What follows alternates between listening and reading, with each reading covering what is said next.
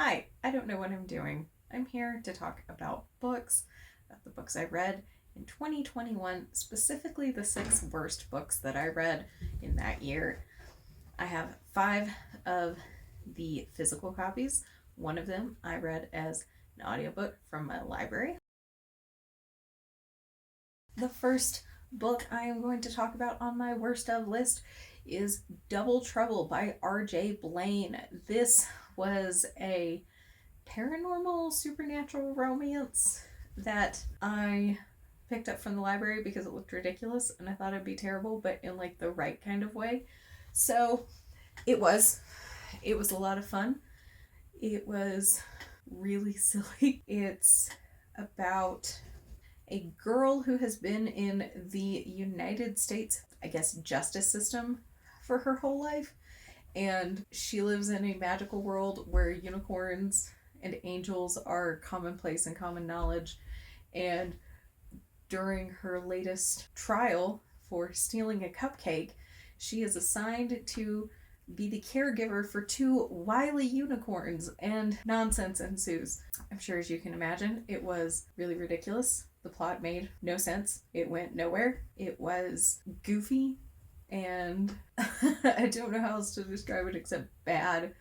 It was very entertaining for probably the first 2/3, and the last third really just felt like some nonsense. It really felt like it had no idea where it wanted to go or what it wanted to do, and it just evolved so quickly into not even chaos, but just nonsense, pure nonsense. That's the word I keep using here. It was highly entertaining for the most part. The writing was all over the place. I overall thought it was disappointing even for having low expectations for the book. The next worst book I read in the year 2021 was The Hangman's Daughter by Oliver Potch, I believe is how that is pronounced. I'm so sorry if I'm mispronouncing that.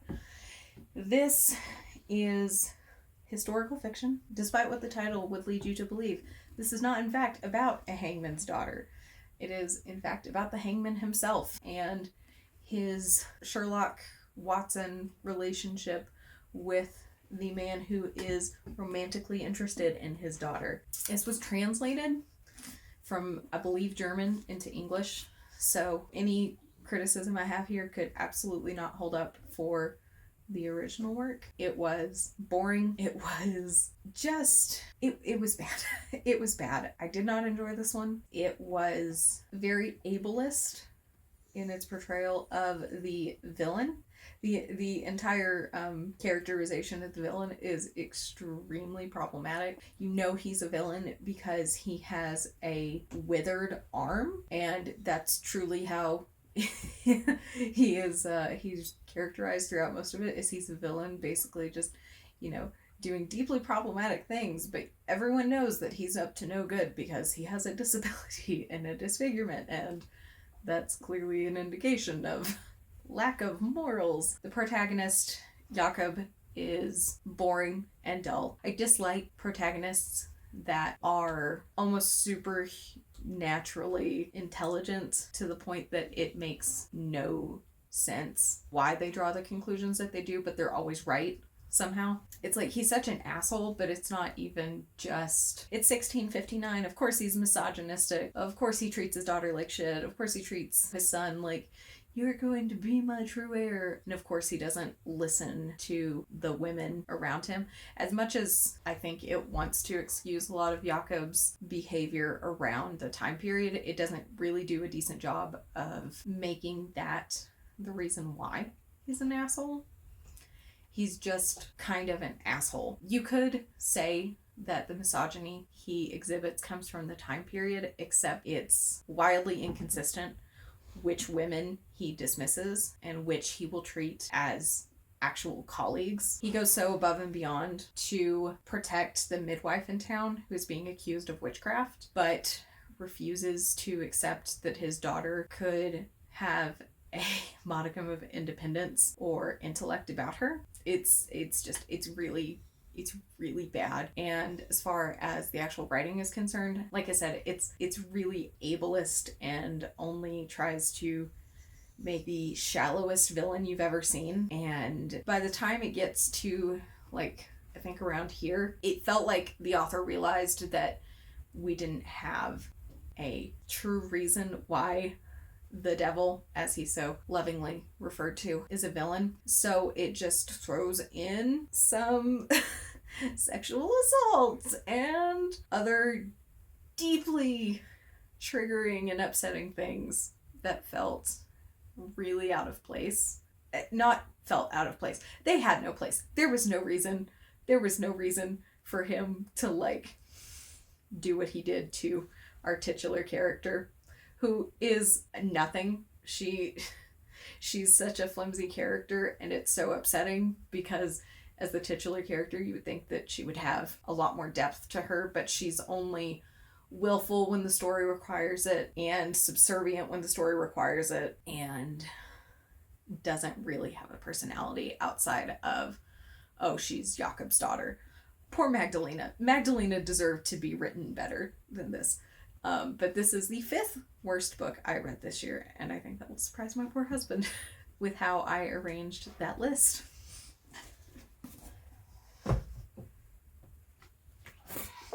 The 4th worst book I read this year, it was Secret Santa by Andrew Schaefer.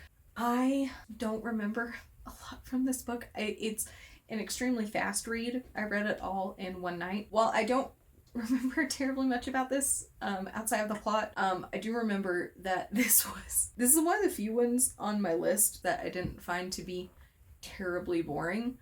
It was mildly entertaining throughout most of it, but it was very poorly written. The plot, as far as I recall, just kind of careened wildly. The characters were just really husks of characters that were only there to advance the ridiculous plot of, I think, like some evil doll attempting to take over the world via publishing company, I think.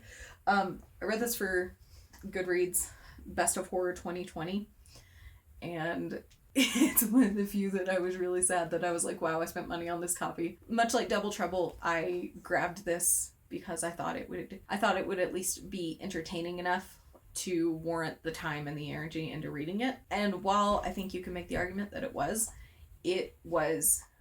really not successful at what I think this book wanted to do, unless it was only to be a writing exercise and tell a really goofy Christmas horror story. Bleh.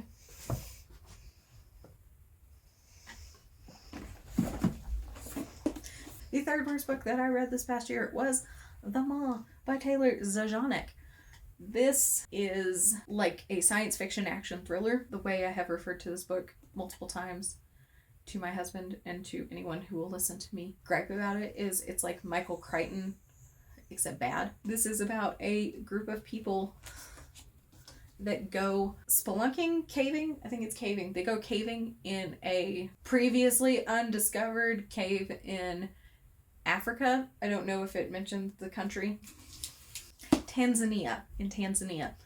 And if you like things like Michael Crichton or James Rollins, I think that this could be entertaining, but I would not go in prepared to learn about caves or biology or historical expeditions. It was overall very boring. Weren't a lot of stakes. It was overall really boring. It wasn't particularly scary or tense or really anything. It was very boring. I thought the relationship between Milo and Bridget was awful. It's revealed pretty early on that, like, they started dating when he was her TA, I believe, or like he was a grad student in one of her undergrad classes that was like a professor's assistant or something. And there's a brief moment where Milo is cognizant enough to recognize that their relationship was probably really difficult for Bridget and probably something that still caused her a lot of difficulties.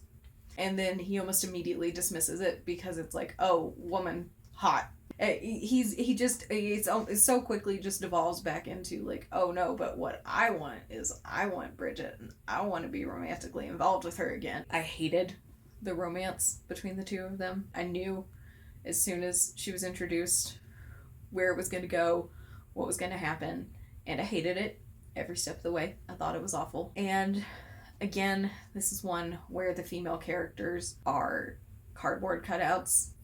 Bridget's the closest we get to a three-dimensional character, and she's just almost used as like, oh yeah, doctor, healed person who fell, healed person who injured themselves, instead of an actual physician who has traveled the world, gone caving and exploring, and like all these things that could have made her a really interesting character were almost dismissed a lot of the time by the necessities in the plot to move forward. And it really just boiled her down to Milo's love interest, who also happens to be a doctor. And the other female characters they're really bad. They're less than one-dimensional. They were nothing. They were just there to be annoying, and I didn't like that. I didn't enjoy that. The ending is bonkers. It is one of the most ridiculous endings I've read in a very long time, and it absolutely made no sense. It made no sense. It was a clumsy biblical, not even metaphor, because it was so blatant and it was literally happening. There were a lot of things about this that I found maybe not problematic, but like not good. Not good choices. Not good choices to be making. We're just going to move right past it. The second worst book that I read this year was 5 Midnights by Divya Cardinal. This one upset me. I got mad at this one quite a bit. I can't speak to the representation of Puerto Rico and how it is viewed by the outside world. I did see several criticisms from people who could speak on that representation, saying that it made no attempt to show Puerto Rico in a positive light. It only tried to show it in an extremely negative and stereotypical light. That was the impression I got from it, but I am not an authority to speak on that. I thought the main character, Lupe, was so annoying. There's a theme I'm noticing with all of these books, and it is flimsy female characters that are primarily there to be annoying. Lupe's characterization and character development throughout so much of this is, I'm a feminist, so you can't tell me what to do. Now let me make my bad decision because a man told me that I shouldn't do it. That was so frustrating to read. I will say, as a former 16-year-old teenage girl, I would have done probably some similar things, but I definitely feel like I don't know how many people would find it fully representative of themselves that your survival instincts would be completely overridden by your stubbornness to shove your bad concept of feminism in a boy's face. This one I got mostly mad about because it starts off really strong. I love gory books. I love horror. And this starts off with someone literally being eviscerated. And it never again reaches those same kinds of heights, I suppose. It didn't need to be gory, and it didn't really need to be bloodier than what it was. But what it felt like it needed to be was more intentional in its direction. I thought this set up to explore a lot of lore and history that I was not familiar with, and I walked away feeling like I didn't get any of that. The plot, for the most part, is really, really predictable. The romance between Lupe and Javier is boring. I keep saying boring. It was very frustrating at times. It felt like it was just based purely in physical attraction, which is perfectly fine. But it tried so hard to make it seem like Lupe was falling in love with him or Javier was falling in love with her, and it gave you no real reason except for they were physically attracted to each other. They just annoyed each other so much, and it annoyed me a lot. I don't mind unlikable characters in my books, and these were some of the most annoying characters I've read in a long time. Anything they did annoyed me. Everything they did annoyed me. Their decisions, it was all bad. The ending, again, got so outrageous. It took place at a concert. It was so public, and it was so supernatural, and these weird things are happening, and oh my god, there's a supernatural creature literally trying to kill someone. And at the end, everyone was just like, oh my god, the special effects, even though we almost saw you get murdered and people definitely got torn apart in the crowd. It was outrageous. It was really bonkers. I was angry at the end of this book. This was like my only like 1.5 for the whole year. I didn't feel justified in giving it a 1 star despite how angry I was. And so yeah, this was the second worst book I read.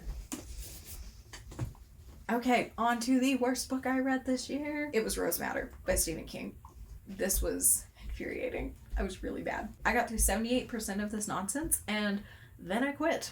And I made it far enough that I didn't want to consider it a DNF, and I had strong enough opinions that I left it as a 1 star on Goodreads.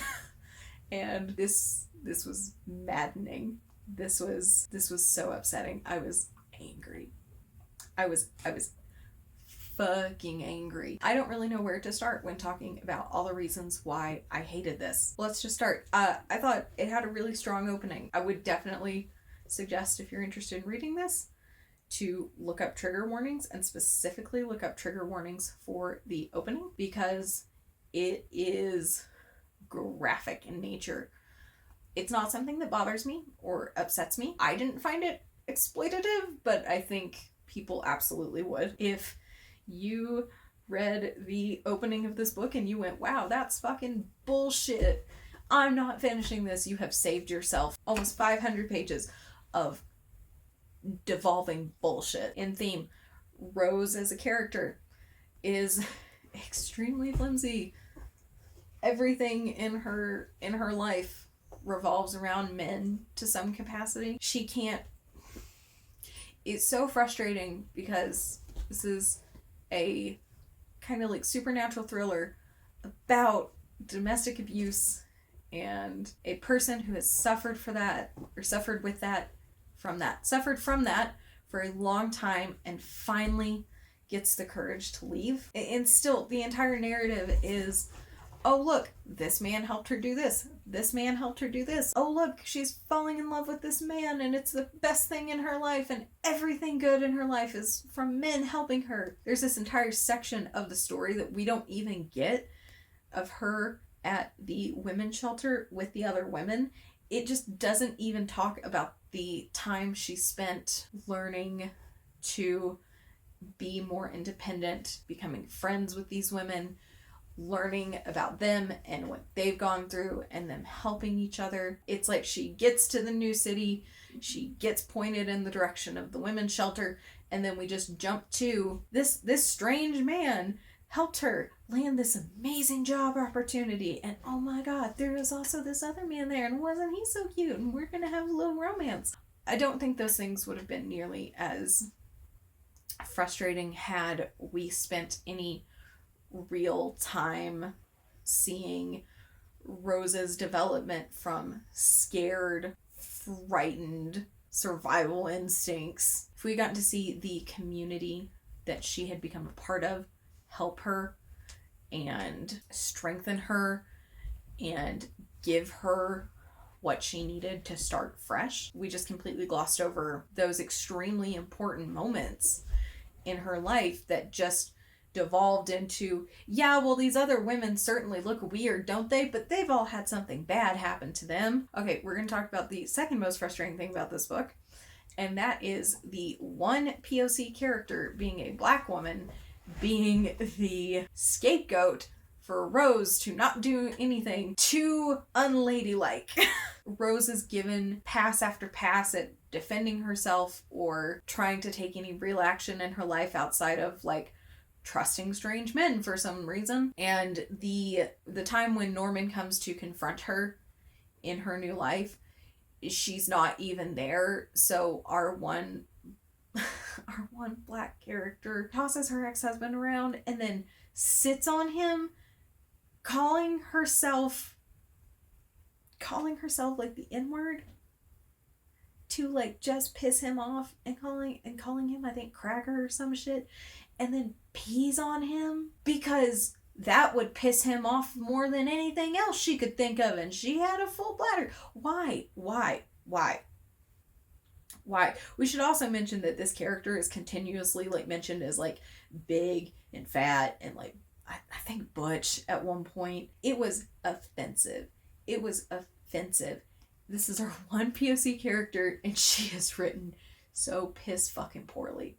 And she is just used to be the stand-in for Rose's rage and anger so that Rose can maintain that delicate femininity of white womanhood. It's awful. It's horrible. It pissed me off. It pissed me off. This is right around the time when I DNF'd it. I was so angry. I'm still angry thinking about it. The most frustrating thing in here, the thing that made me quit after reading 78% of this bullshit, had been building for the entire time throughout the book. It swaps between Rose and Norman's perspectives the entire time, where in Norman's perspective, you can tell that he is a bisexual man who is deeply in the closet and only expresses his attraction for men in vile and gross ways. And it is also strongly implied in here that his bisexuality and his monstrous nature are direct results of abuse he suffered as a child. Once it had really firmly commented on it that way is when I quit. People's sexual orientations are not determined by the abuse they suffered in childhood. People do not become monsters because of abuse they suffered in childhood. This is nonsense. I'm not sure if you heard Rainer groan back there. I feel ya. I feel the same way. This was awful. This was the worst book I read this year.